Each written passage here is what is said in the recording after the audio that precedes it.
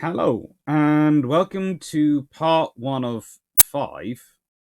But you notice I honestly haven't left it with a number there, because well, I might add more on the end.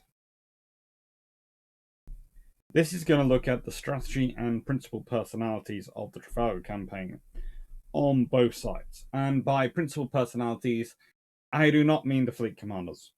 There is going to be a separate video about the French and the Spanish fleet commanders. There's going to be a separate video about the Royal Navy's fleet commanders. And there is going to be 2 videos about the actual progress of the campaign and what happened, both leading up to and Battle of Trafalgar and afterwards. So that's 5 at the moment. So, who is in the part 1 and strategy and principal personalities? Well, you're going to find out. First things first. As some of you who watch my videos will know, and some of you who don't won't, but I currently have a little competition going for my aunt, thanks to me starting a spreadshirt store. I started this store because various people were going, Alex, we'd like to buy the stuff. And I was going, well, frankly, I'm always happy to take the money to support my academic freedom. Because let's be honest, that's why I'm doing and continuing the YouTube channel, and it's going to continue even when I do go back to work. Because, well, normally, because I love talking to everyone, but also because it gives me a source of money to fund my research, which I don't have to answer to anyone else about. And that's what I treat it as. I treat all income from this as research funding. So it allows me to go off and research history the way I want to, and to look at the areas of history I want to. Anyway, so I set up the spreadshirt store. And my aunt, my lovely aunt, came up with a little family bet. If I get to 13,000 subscribers by December 31st, which I'm unlikely to. The actual expression was double my subscribers by December 31st, and the figure that for me to have doubled them by then would be 13,000 the time it set.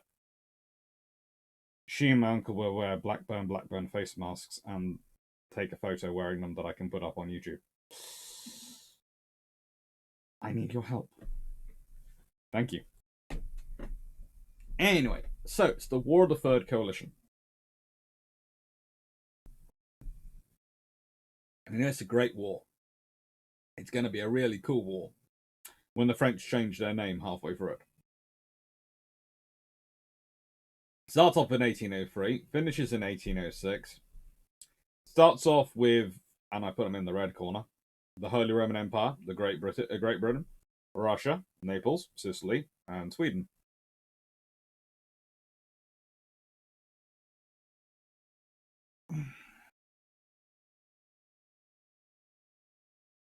Holy Roman Empire is pretty much Austria and a collection of German states which may or may not pay attention to the Austrian Emperor, who is the Emperor of the Holy Roman Empire. In the blue corner, we have the First French Republic until 1804, when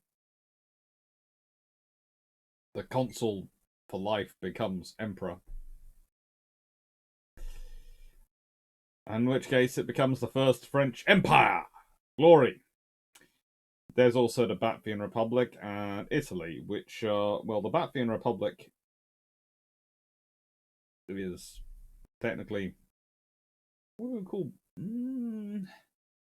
parts of the Netherlands and Belgium, really, and Italy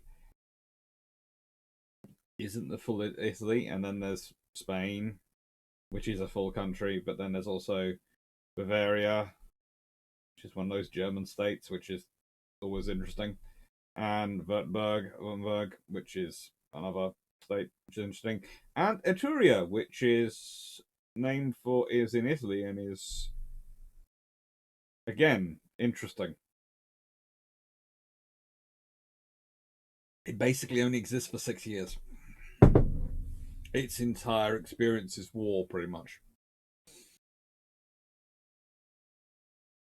And the War of the Third Coalition starts. Well, it starts in many ways because they're not happy with the peace in Amans and the the Treaty of Pressburg and all those things going on. And the fact is that Britain stands under constant threat of invasion, theoretically, for this entire time. Not really, but yes, for this entire time. The Trafalgar campaign does take place mostly in 1805 for a reason. There is a threat of invasion, and there is a threat of invasion. There is a we'll abstract that country might invade us, and there is they actually have ships at sea and actually have troops in place. Invasion. For most of the War of the Third Coalition, it's the former rather than the latter. So it's very scary, but not that scary.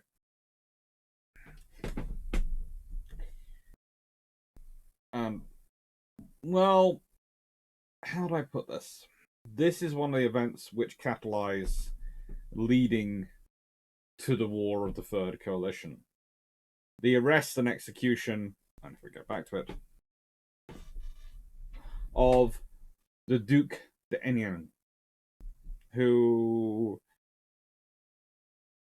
is a young man who just happens to have the wrong lineage and live far too close to France.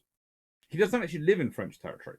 This is causes of trouble because French troops cavalry, actually cross into another country's territory to go and arrest someone for whom they have no evidence other than, well, he's rather senior and he could be a threat to. He could be connected, but he's not. We've got no proof he's been connected with these things, so we're going to kill him. Bring him back. They have a kangaroo court. They convict him, and he's executed. And this is the point I was making about Duc d'Enghien, or as his full name is, Louis Antoine de Bourbon, Duke of Enghien, is that he was, in many ways, the last, the House of Bourbon in some respects, but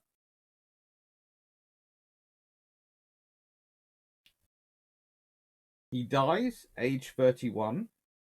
He might have married, we don't know, a Charlotte de Rohan. But the fact is, he had done virtually nothing in his life. He's an only child. He educated in various military matters, but doesn't actually do much of a military career. When the French Revolution breaks out, he emigrates with his father and grandfather after the storming of the Bastille. He tried to raise forces for the invasion of France and restoration of monarchy to its pre-revolutionary status, and doesn't really succeed.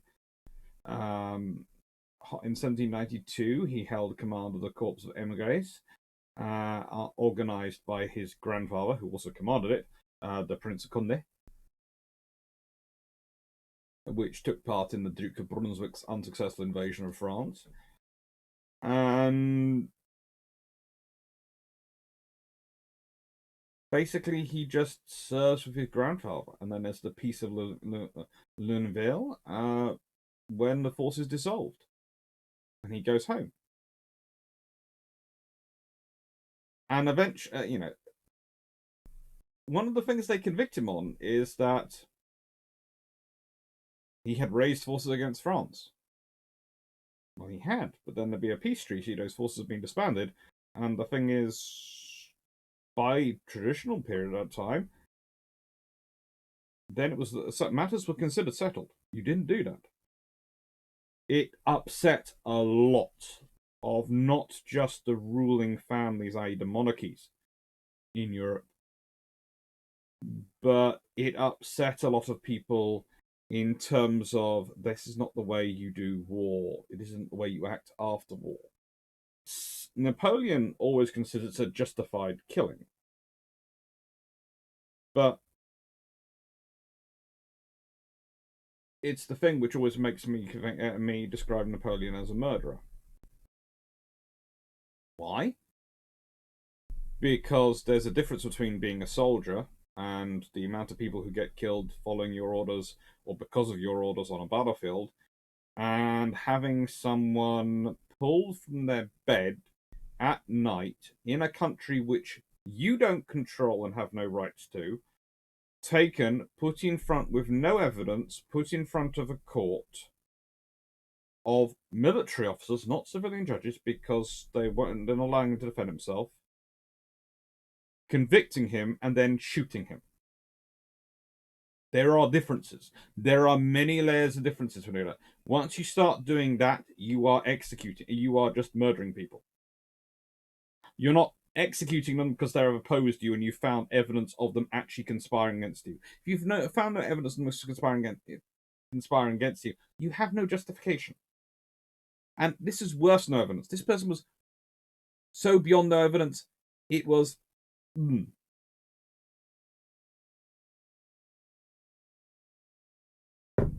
So, with that in mind, let's consider what the French strategy is for this war.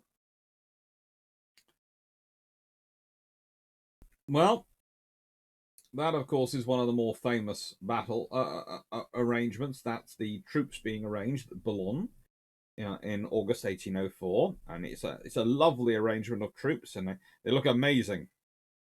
They're going to march on Britain and take Britain. The theme: invade Britain with 200,000 troops. The hypothesis: let us be the master of the Channel for 6 hours, and we are master of the world. First point here. You think you're going to get 200,000 troops across the English Channel in 6 hours. In the age of sail.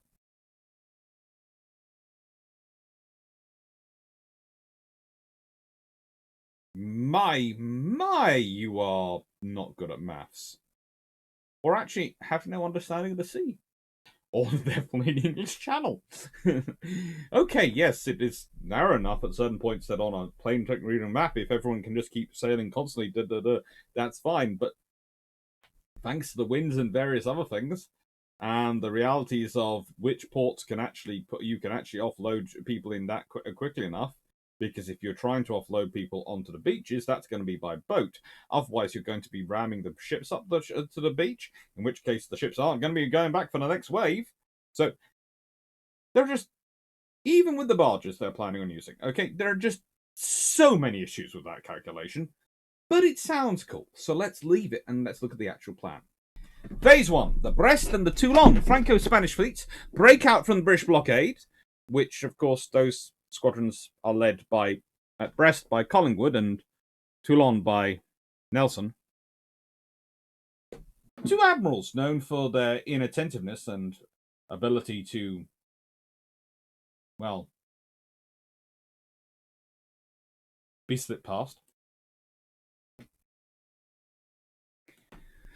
The combined fleets will sail across the Atlantic to threaten the West Indies.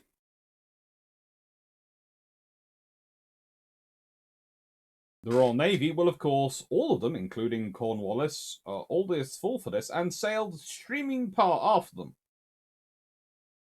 The Toulon and Brest fleets, under Pierre-Charles Villeneuve and Honoré Joseph-Antoine Garmou, respectively, will rendezvous at Martinique. Okay, that's fine. That's doable. Martinique's not a great place to rendezvous, but they can do it. Phase 4. Combined fleet. The combined fleet would then quickly sail back across the Atlantic to Europe.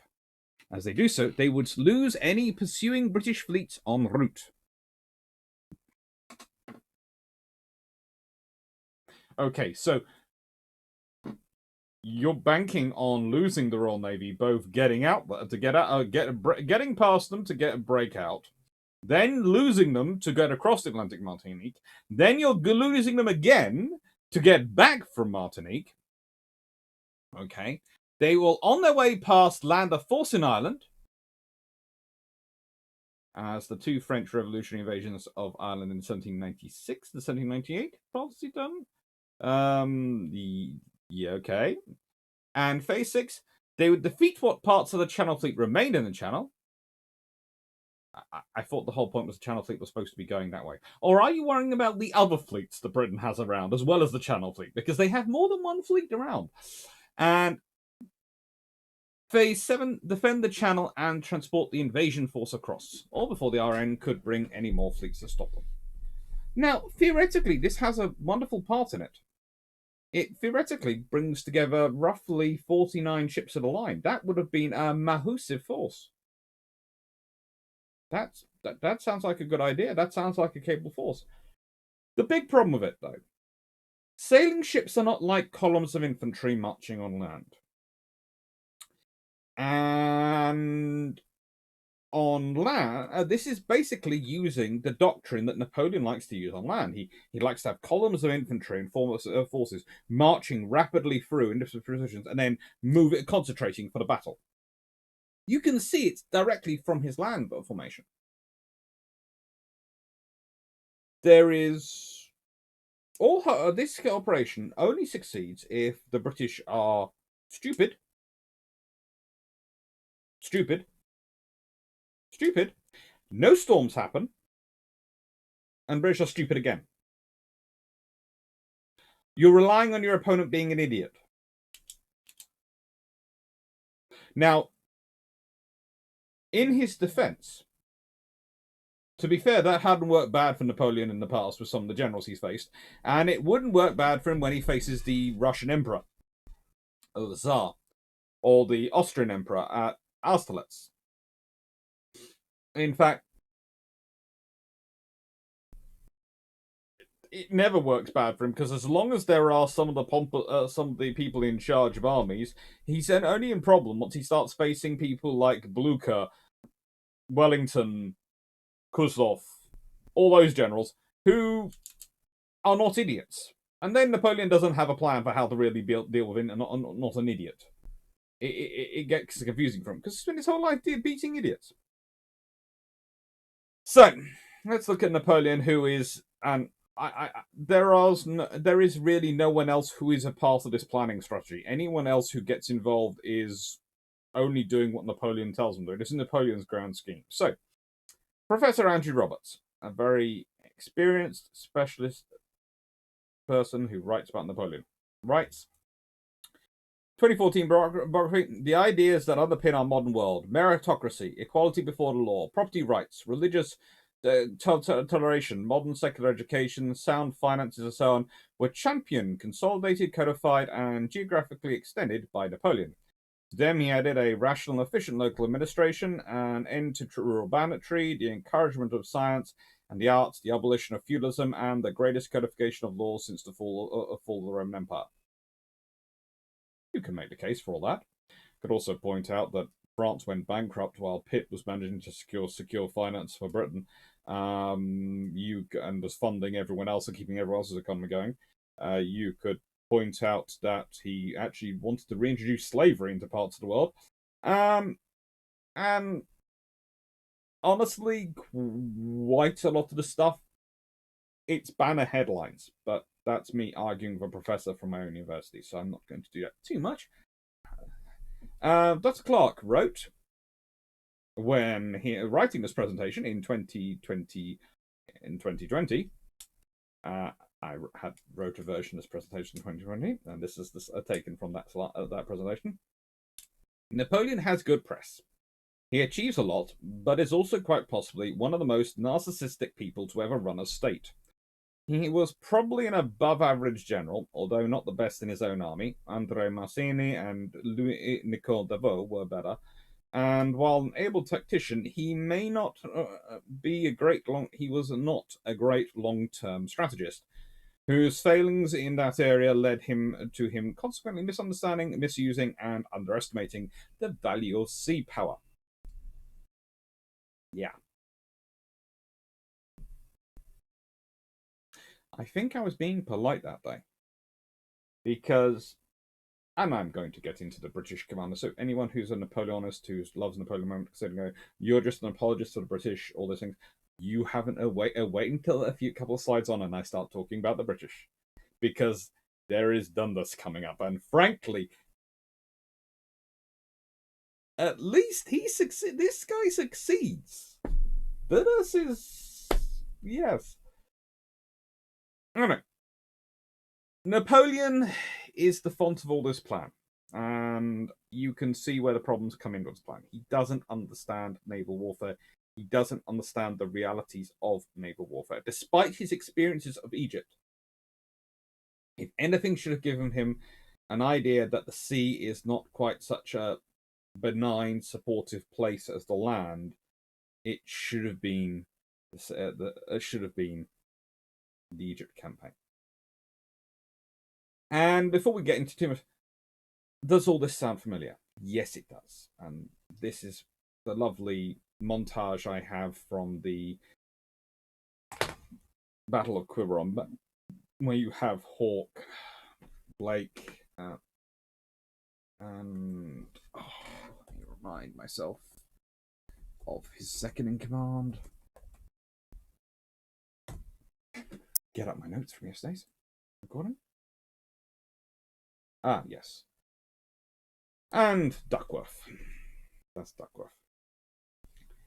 And you have the Battle of Quiberon Bay, when the French had tried to form up a combined fleet with the idea of getting transports across, and were using covering a force, a small invasion of Ireland was being used as a diversion.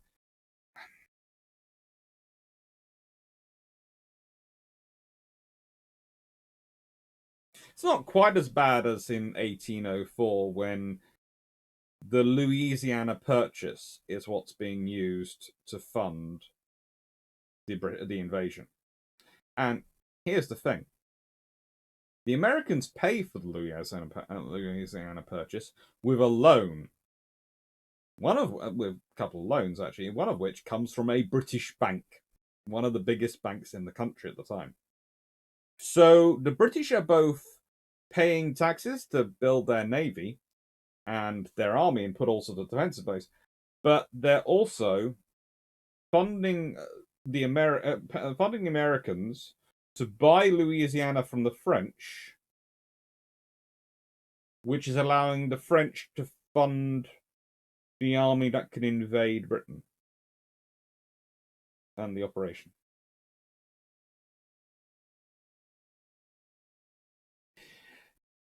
Whenever you hear those stories that people like to sometimes put out, that financiers play both sides of the conflict for war to start off with, to fund war and create wars and those things, they are more often not conspiracy theories. And the reason they're conspiracy theories is because often they don't have enough money to fund both sides of the war. They really don't. However, this is one of those times when actually the truth is stranger than fiction, because the American government had requested a loan, and the British were happy to pay it because they thought it was a sensible thing, because they thought that would build better relations with America. Only after they paid it that they found out what the Americans were using that loan for.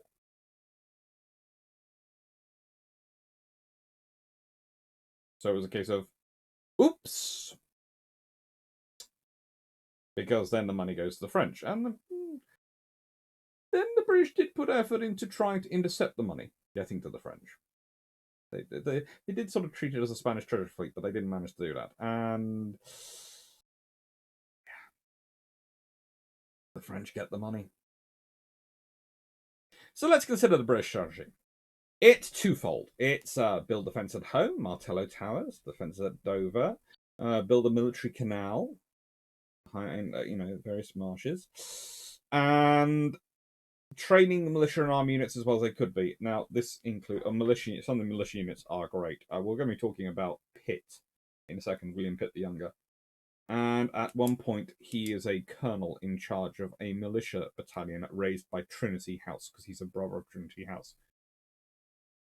So the people who maintain lighthouses raised a battalion of troops to help fight and defend Britain. This is the point, often for this invasion. Napoleon coming in would be dependent upon supplies. Now he does tend to live off Shavash, live off the land, and go that way. But that doesn't really work that well in Britain. There aren't really that many areas you can go around to live off the land. It doesn't. Britain doesn't have the mixed agricultural economy that can support that. It has a fairly, if you look around it, organized agricultural economy, even by this point, where you have certain areas specializing in certain things. So if you want a balanced diet for your troops, you're not going to get it by invading Britain.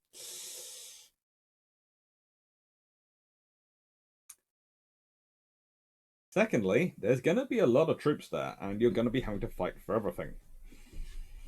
And it's a lot of troops because, again, Britain is one of the more industrialized nations at this time. They have the money, they also have the industry. So, whilst they might have a smaller population, you are still talking about invading a space which has a population of roughly 16 million, of which a lot of them are not going to be happy to see you because you're either Catholic or atheist, which means the vast majority of the Protestants are not wanting you. Oh, and you tend to inflame other issues with the Irish. Yeah, they're not going to be happy about seeing you. And again, this is something which is often not talked about much with the concept of the German invasion plans for Britain, but the same would go for Napoleonic invasion plans of Britain. There are several areas in the south of Britain which are not great to try and march armies through because they're hilly. And I'm not talking hilly as in massive mountains. No. I'm talking hilly as in they look perfectly manageable on a map, so you still march through them. But actually, they're going to take up a lot of time and a lot of energy, keep going up and down them, and going to slow your troops down. And they also offer perfect opportunities to keep ambushing you.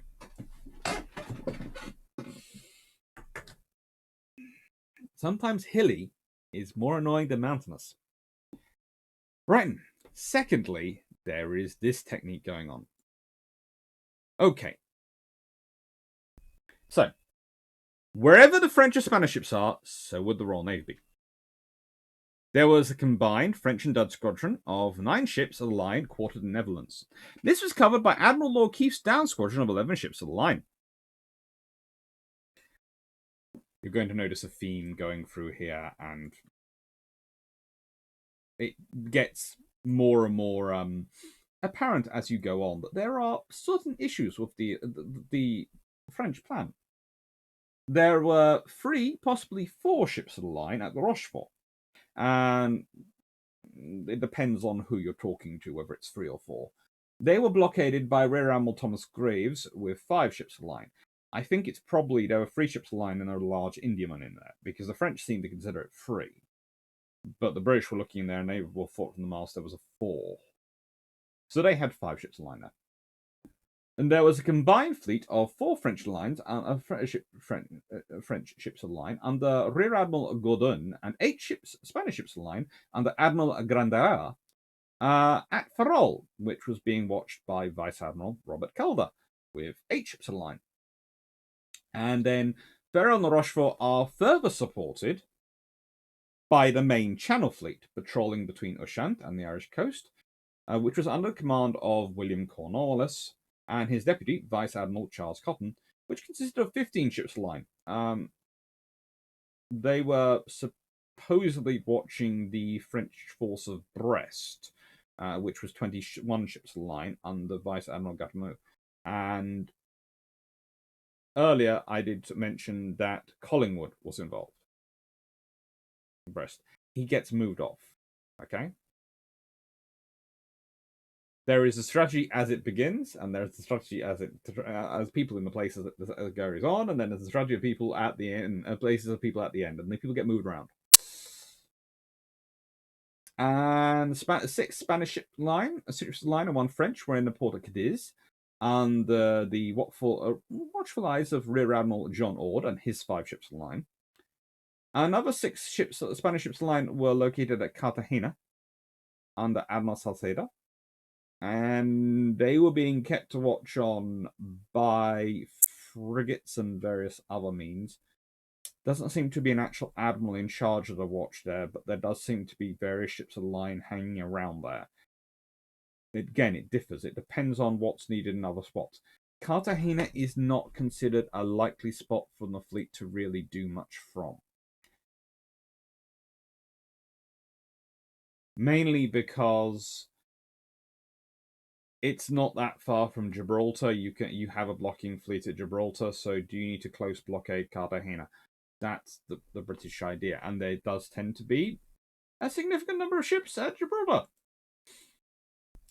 And then the French naval base at Toulon, which has 11 ships in there, under the command of Vice Admiral Villeneuve, was being bottled up by the 12 ships of the line of the Mediterranean Fleet under Vice Admiral Horatio Nelson. Well, hey. There were also frigates and brigs going around between the various commands and doing independent operations. And further afield, there's Admiral Missé, who is being pursued by Admiral Cochrane, who are both sailing around the West Indies trying to desperately make contact. Well, Cochrane's trying to sail around the West Indies, trying to make contact with Missé, and Missé is trying to sail around the West Indies to keep as far away from Cochrane as he can, because he's honestly worried what Cochrane will do to him if he catches him. He's heard things. Cochrane's a strange, strange man, and a strange, strange admiral. So this is what's going on, and this is the Royal Navy that you're dealing with. They are everywhere. And you'll also notice a lot of these French ships and a lot of these Spanish ships are in port, while the Royal Navy ships are at sea.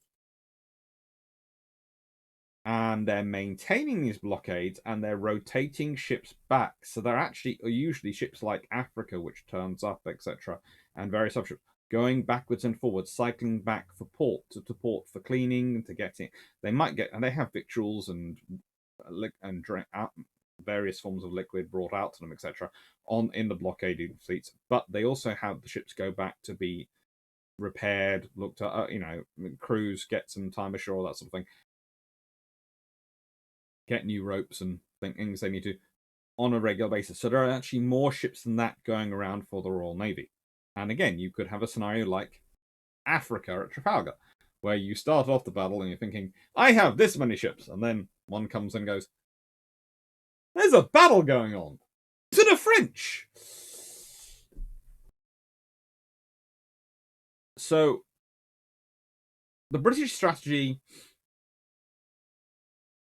is basically forward blockade. Now, it gets into an interesting scenario because if you're talking about someone like Julian Courbet, he is not always that keen on forward blockade. But I think that's more in a case because, rather like some modern historians, he's making the case for modern capabilities at this time, which are the dreadnoughts and those things. But also, there's the fact is that forward blockade was existing even in his time period. It's just changed. In the period of this, you'd have an inshore squadron which would have frigates right as close as they could get up to the port to watch what's going on inside the port. By Courbet's time, you'd have a submarine there. Even at that point, submarines were being considered for that limited role, for the close blockade role. So that is what we have to think about. Submarines are the blockading tool. And now this is a gentleman we have to credit with the doubling of the number of frigates in the Royal Navy and the increasing of the strength of ships line by 50% during his tenure in office, which would be, well, here's the thing. William Pitt becomes Prime Minister when he's 24. He will spend 18 years in office. First time around, roughly. And then he spends another 2 years in office, not that long afterwards, before dying.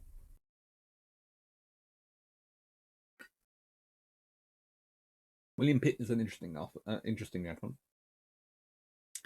He never marries. And so this is causes the usual speculation, but honestly, we don't know. As in the usual speculation as to his sexuality, we honestly don't know.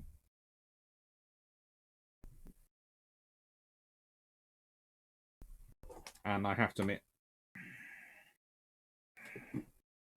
whenever those sort of speculations come up, my two things are: one, do we care? And two, are we judging him by a different standard? Because when I was, well, basically, I went a decade without a girlfriend myself. And the reason was I was working so hard. I was finishing doing my PhD, doing my master's, doing my PhD, establishing myself as a lecturer, doing all the work.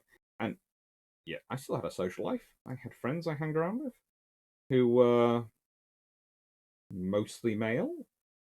A fair number of female friends, but mostly male because I'd been to an all boys school, and those were mostly my friends who I already had before I started working. So still friends with them.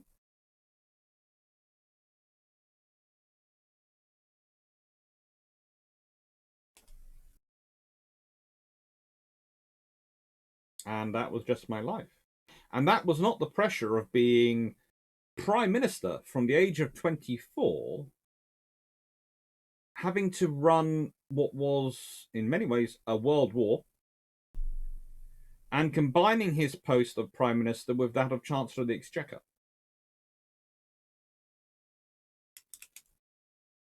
He doesn't have much of a social life. In fact, that causes him trouble in some respects, because having a social life would have probably given him some more political dexterity. But everything is focused on serving the country, on being prime minister. And that is the role he pushes.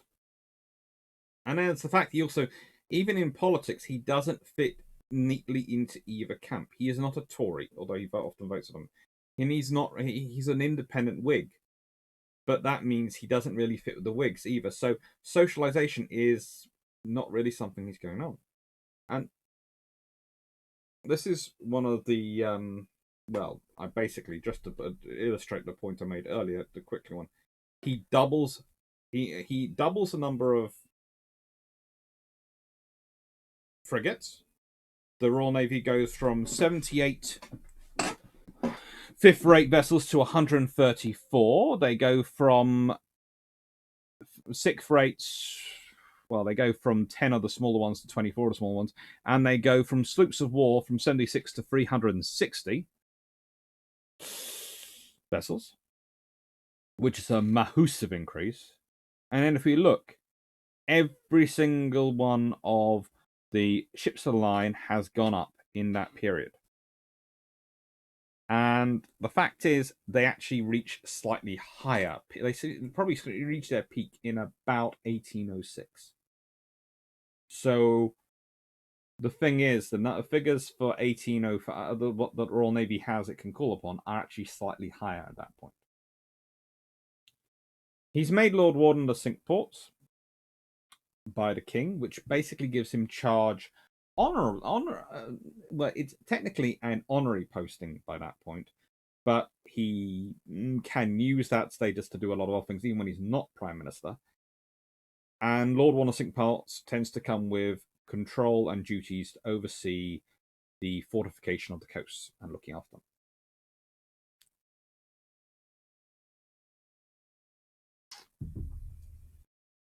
As said, he's not prime minister at the time in 1805.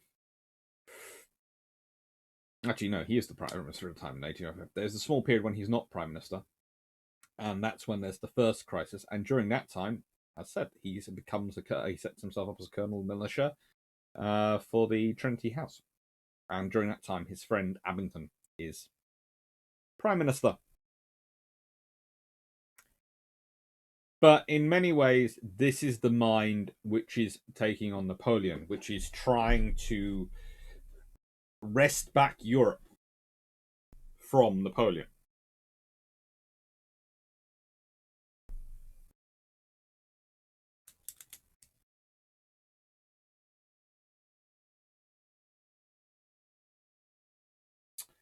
And as I said, I honestly don't know with him.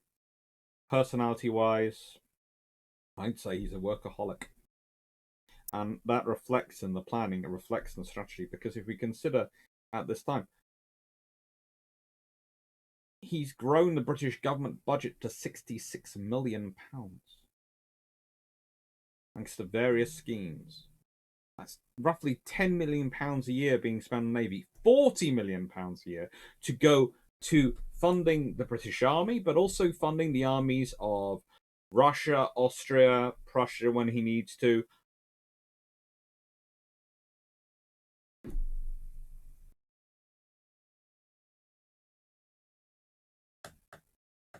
What he's accomplishing is frankly amazing. And he's also doing all sorts of other things. He is the Prime Minister who arguably every Prime Minister afterwards has had to come try and live up to. And they can't really, because he had the opportunity and at his time, and there were a lot of big things which needed to be tackled. The thing which I think he always regretted failing to tackle was the problems with the persecution of Catholics in Ireland and the treatment of Catholics in Ireland, because he actually resigns at one point over that, and that's why there is this gap when his friend takes over.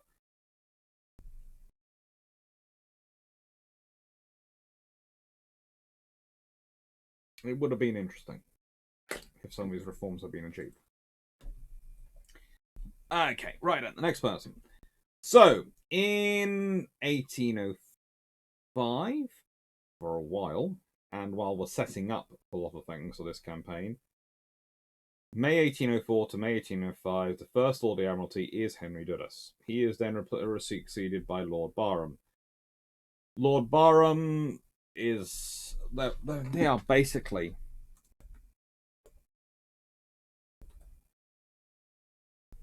How do I put this politely?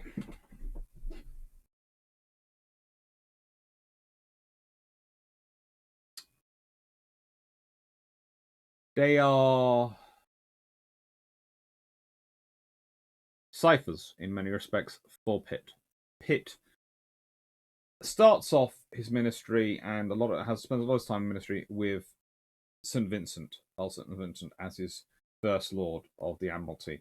And that teaches him a lot. And you have to remember, at this time, there is a difference between the First Lord and the First Sea Lord.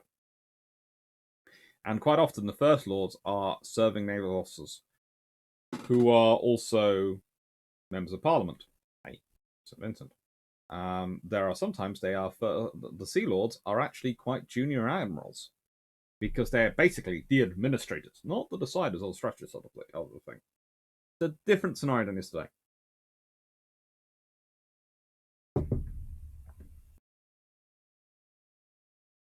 Mm.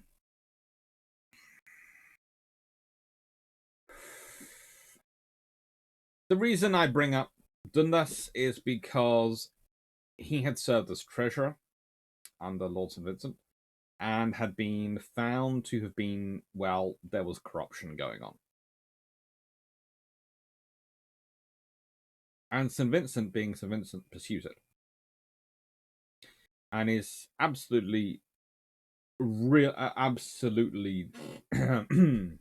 incensed and is forced to resign when Pitt comes back for a second time because he has succeeded in proving that Dundas is either a stupid or is complicit in the corruption.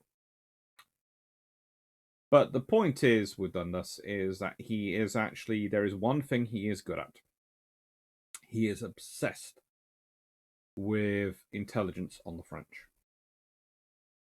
And it's thanks to him in many ways that a lot of the British naval-led intelligence operations that were part of the Napoleonic Wars actually were funded and went ahead. And that's probably part of the reasons why you have so many issues with his accounts.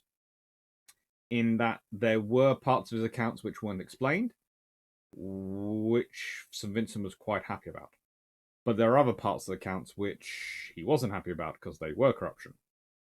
And the thing is, the lords can't convict him because well, if you can't show where all the money's going and what it's for, then you either have to believe it's all going for good purposes or all going for bad purposes. Vice Admiral James Gambier. Thus 3 terms as First Naval Lord. 1795 to 1801, 1804 to 1806, and 1807 to 1808. So it does serve as a combination of 8 years and 1 month in post, over a period of 11 years and 7 months. First Naval Lord, he works very, very hard at, and he does his level best to make sure the Navy's as well prepared as it can be. He is not the brightest admiral in the Royal Navy, but he's not the worst by a long way, and honestly, he's a very good administrator, and that's what he was needed as. Especially when you consider, for quite a lot of his time, well, he had this as the First Lord, the Admiralty, his boss. And that's the reality, again, why you have a junior officer as the First Sea Lord. Because the First Lord of the Admiralty is Admiral Jervis. There is not enough room in the Admiralty for 2 full admirals with the level of egos they have. There just isn't. It's going to cause trouble. They'll be debating over which one's the politician and which one's the naval lord and who's in charge. So having a vice admiral or rear admiral as First Sea Lord makes sense when you have. It's kind of like a reverse of the Chinese system. Oh, not the Chinese, the Japanese system in the 1920s and 1930s. Sorry. I was thinking about lunch. The Japanese have a system where they have the Minister of the Navy is junior in rank to the Chief of Staff of the Navy, because the Chief of Staff of the Navy basically tells the Minister of the Navy what to do. Well, at this point, the First Lord of the Admiralty tends to be either a naval officer or a very, very powerful politician. It's quite a senior post. And if they're the latter, then the First Sea Lord tends to have be of higher rank. If they are the former, then the First Sea Lord tends to be junior rank.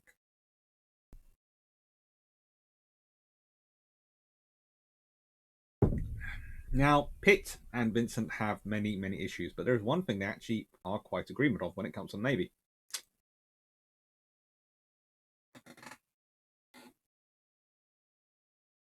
And that is that you want to have the best possible officers in there. And this is why I have these 3 quotes here. And this is factors into this campaign. When the Earl of Portsmouth writes to him to beseech a friend be promoted, I cannot possibly agree in opinion with your lordship that a person sitting quietly by his fireside and enjoying very nearly a sinecure during such a war as we have been engaged in has the same pretensions to promotions with a man who has exposed his person and hazarded his constitution in every clime. Now, that might be I think some of these responses relate to the actual officers. I think his response depends on the officer he's talking about, because then his response to a nameless officer's sister, who is a far junior in rank, far less powerful than the rich and connected Earl of Portsmouth. Although I cannot admit the force of your argument in favour of the captain. We're not sure. Can't read the letter and work out the names. There is something so amiable and laudable in a sister contending for the promotion of her brother that no apology was necessary for your letter of the 24th, which I lost no time in acknowledging. And this is going to sound strange, but reading through these letters and the books written about these letters in preparation for whenever I do these Trafalgar campaign discussions, I get the strong impression and the strong instinct that when St. Vincent is approached by someone who is powerful, arguing for someone who doesn't merit it, he's rude and doesn't care, because he's St. Vincent and frankly he doesn't care. When he's approached by someone who is not powerful and is arguing for someone who might not have the most merit but does have some merit and has been serving well, he is respectful, polite, even quite humorous and nice in his response. And looking at the way some officers' careers, I do wonder if he bears names in mind and then they get plucked out and gone, oh, yeah, okay, I'll give you command of a frigate. Because he's got a lot of frigates and a lot of brigs which need commanding, and sloops which need commanding. And there are sometimes smaller ships than would necessarily get a captain.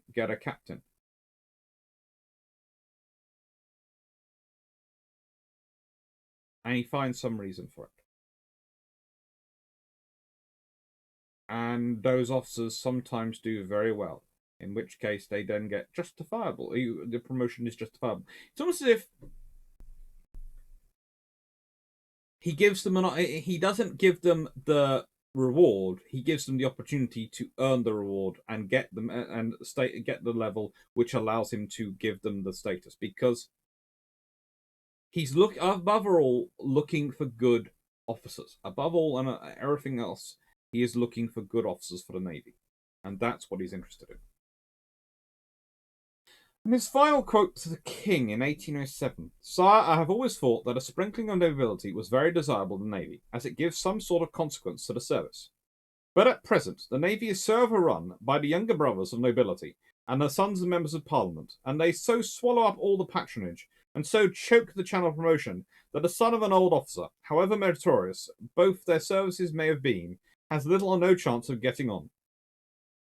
I would rather promote the son of an old or deserving officer than of any noble in the land."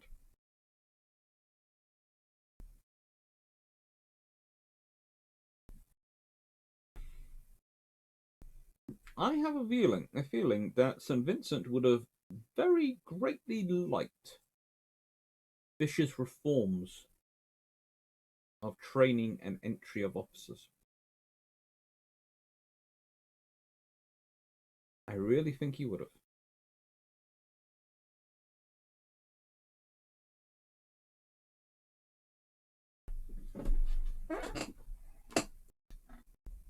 Now, what have we got coming up? Well, we've got currently the Trafalgar campaign, and then we've got the 21st of October, we've got the Battle of Trafalgar. There are, as I said, going to be 5 parts to this.